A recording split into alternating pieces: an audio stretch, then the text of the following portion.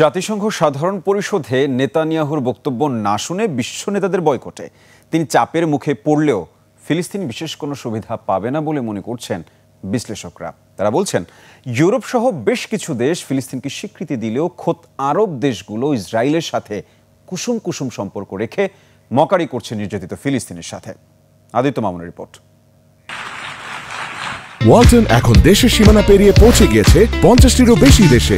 ওয়ালটন, ঘরে ঘরে বিশ্বজুড়ে।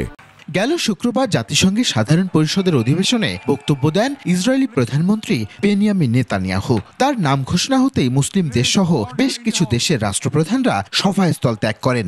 ফিলিস্তিনের নির্বিচারে গণহত্যার প্রতিবাদে এই নজিরবিহীন ঘটনায় আরও সমালোচনার মুখে পড়ল ইসরায়েল তথা নেতানিয়াহু।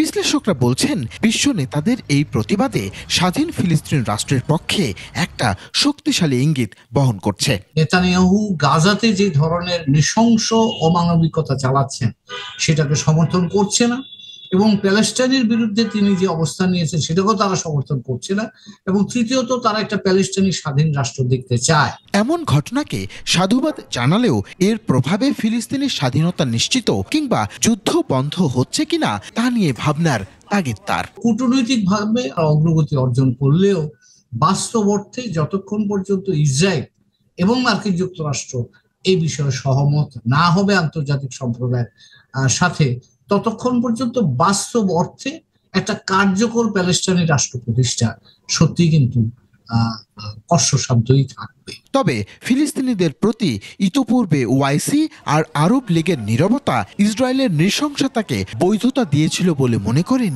এই আন্তর্জাতিক সম্পর্ক বিশ্লেষক। বিশ্ব রাজনীতিতে এটার প্রভাব পড়তো যদি মুসলিম কান্ট্রিগুলো, বিশেষ করে ওআইসি, আরব লীগ, এরা একটু আরো বেশি আপনার এর সাথে ইনভলভ হতো, মিনিংফুলি ইনভলভ হতো। ওনাদের ইনভলভমেন্ট কুসুম কুসুম।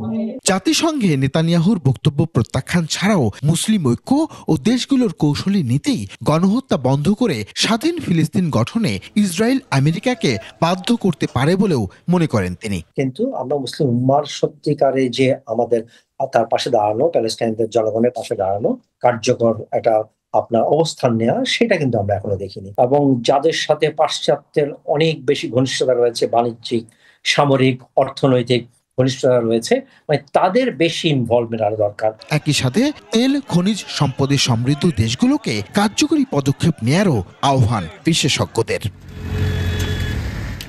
আদিত্য মামুন, 21 টেলিভিশন, ঢাকা।